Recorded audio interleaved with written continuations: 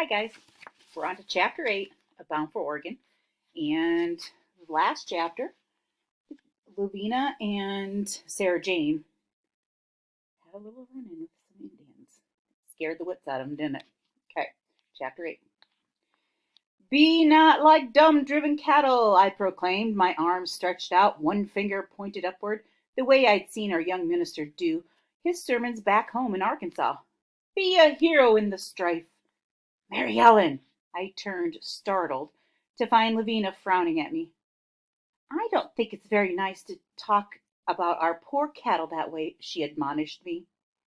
I thought I was alone, washing the noontime dishes in a tiny trickle of a stream, with only the cattle for company. They grazed quietly nearby, a ragged patchwork of brown and white and black, their heads down, tails twitching at flies. I was just practicing my Longfellow poem, I explained, bending down to rinse the last 2 tin plates. Oh, magically her frown changed to her usual sunny smile. Well, that's all right then, she said, and she skipped away. But after that, whenever I recited the verse, I felt as if I ought to apologize to our cattle, who were so patiently pulling our wagon along. They never complained or shirked their work. When father lifted the yoke and said, "Come, Buck and Ben," the 2 lead oxen always put their heads obediently under it. Dumb and driven they might be, but they seemed like heroes to me. Our fast pace of the last 2 weeks was beginning to take its toll on all of our animals. Some of the oxen had sore shoulders, where their neck bows rubbed against their flesh. Father and John cleansed the sores, rubbed the wood of the neck bows smooth, and sometimes patted them. Their feet were also starting to become tender. Our cow, Lily, had almost stopped giving milk, so we couldn't have one of our favorite evening meals, mush and milk. And Rover didn't chase squirrels anymore or play, but just walked with a little limp behind the wagon. On the day of our longest march, I saw him lagging farther and farther behind. Finally, he gave up and lay down in the dust. "Father, wait!" I cried. Father stopped the team, and I ran back. Rover lay with his head between his paws, his sad brown eyes looking up at me, his tail thumping against the ground. "Come, Rover," I coaxed, trying to lift him up. But the poor dog could not stand. "It is his feet," Father said, when John and I carried him to the wagon. "They are all cut and sore." Although Mother did not approve of having a dog in the wagon, she let him stay just this once. As we rode along, she stitched up some canvas shoes for him. That night, Lavinia and I bathed Rover's feet and put on healing powders. The next morning, after breakfast, we dressed him in his little shoes. At first, he tried to chew them off. Finally, though, he decided to endure them. Put up with them. It was so strange to see a dog wearing shoes that we all had a good laugh, and Rover hung his head as if he were ashamed. Mother, too, seemed more and more tired. Some evenings she did not feel up to preparing supper and just sat in her chair, directing us about the cooking. Those nights all we had to eat was bacon and frying pan bread, and of course, our everlasting molasses. Still, the men kept pressing forward. One day, we again made close to 20 miles, descending from the high plains through the line of low, barren hills like drifts of sand thrown up by the wind, and into the wide valley of the Platte River.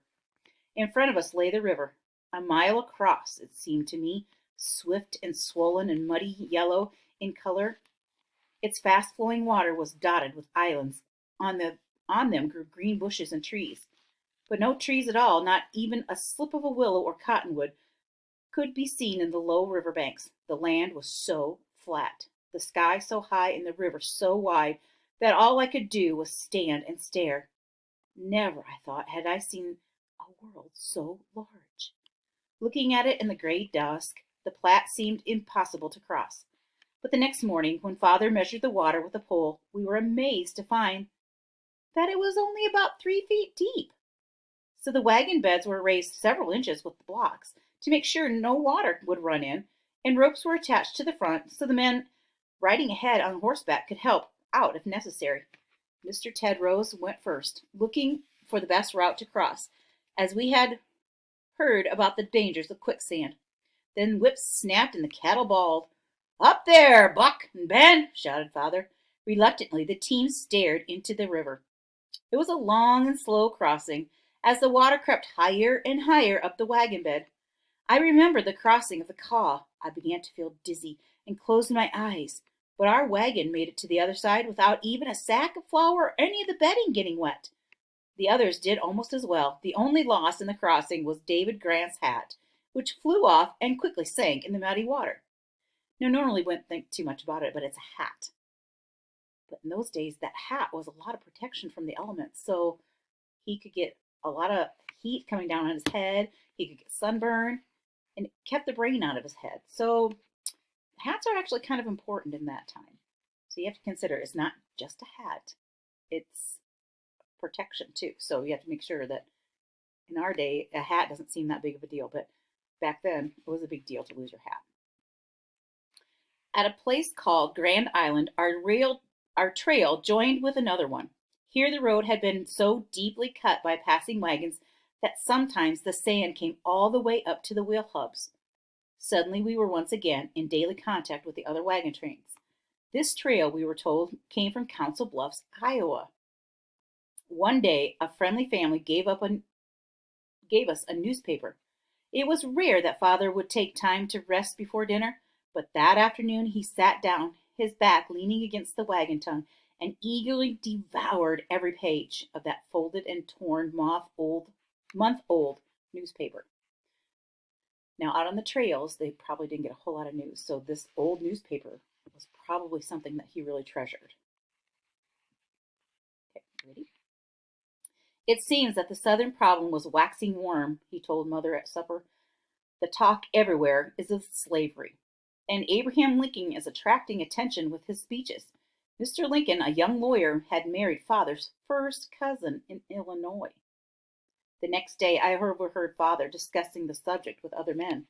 It was late in the afternoon after we had made camp. The men had put animals out to feed. Coming back, they had to search a large area to find enough fuel for the campfires. While the evening meal was being prepared, each of them was doing various chores, greasing wagon wheels, soaking a wheel so that the wood would not dry out, and the iron tire fell off, iron tire fall off, tightening up brake blocks, splicing whip lashes.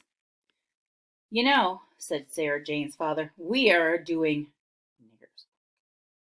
Oh my goodness. That is something we have talked about and we don't say. But you have to realize that at the time, this is what they did. Remember when we talked about the K? Now I've got a text-to-text connection. He has a different view of what he calls the black people. And he uses a derogatory name that we hear now, and it's totally inappropriate for what we do with people. So I have a feeling that Father's probably not going to be accepting of this kind of behavior from this guy. Let's find out. I was shocked to hear him use that word. Father would never permit us to speak that way. "All honest work is honorable," Father replied quietly. Sarah Jane's father shook his head, pulling on his short chin whiskers. "Those people are only fit to be bossed and do dirty work," he said. Still reminds me of the K and the mother. Remember, she had that view of them that they're just awful people. He has a change of heart before he gets done. Mr. Grant bounded up from where he had been bent over a wheel. "We live in a free country," he burst out, his face turning red as it did whenever he was agitated. "No man, either white or black, should be a slave for another." "You do not know them as I do," Sarah Jane's father insisted, "or you wouldn't speak that way."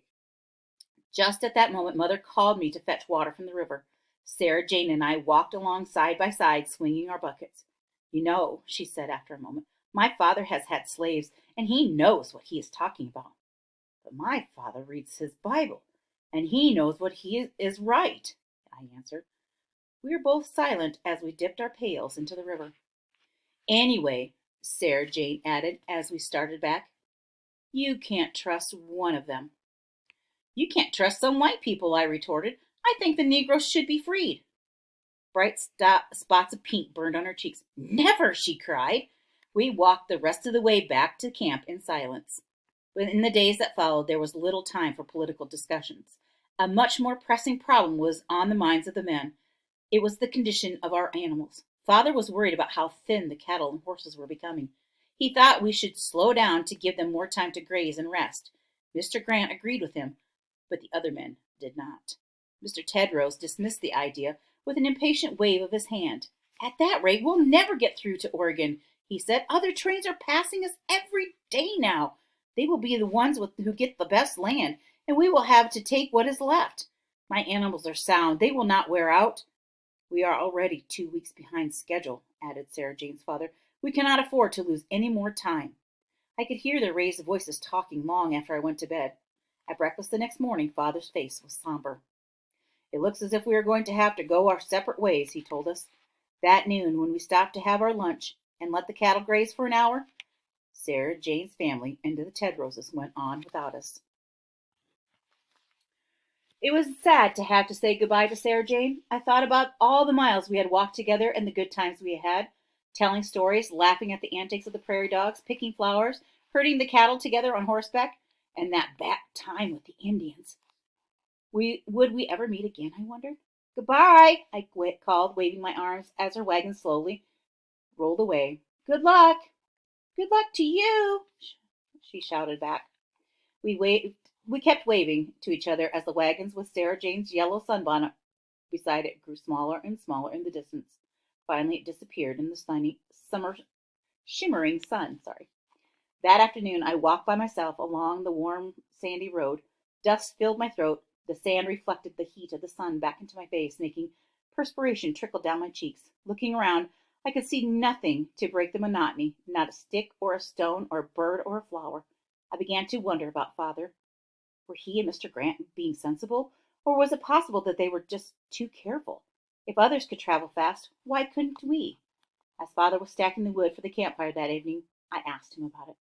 Mary Ellen, he said in his calm, reasonable voice, looking straight at me, there's an old saying, the more haste, the less speed. Surely you must have noticed skeletons we have passed of oxen that have been abandoned along the way. It is essential that we take care of our animals. Otherwise, they will not be able to carry us safely through. I understood what he was saying. From time to time, I had seen the bones of the dead oxen bleached white by the sun. Still, it seemed terrible to have our good friends go on without us, leaving us alone. That night, as darkness closed in, and the voices of the coyotes and wolves rang out across the empty plains, I felt more lonesome than ever before. I huddled close to my sleeping sister, trying to get warm. For comfort, my thoughts turned back to the little house we had left behind in Arkansas. I tried to imagine my bed tucked up under the roof, Mother's white curtains puffed out in the breeze, the easy chairs in front of the big stone fireplace with the fire burning snug and warm, Father's pottery wheel out in the shed turning out a plump jug, a tall, graceful pitcher, but somehow or other I couldn't quite bring them into focus. How could I forget in just a few short weeks? Then, wrapping her starry quilt close around me like a cocoon, I thought of Grandma. More than ever now, I needed to remember her smiling face. But suddenly, even Grandma's face was lost to me. It seemed to hover somewhere just out of reach. Shivering, I waited for morning.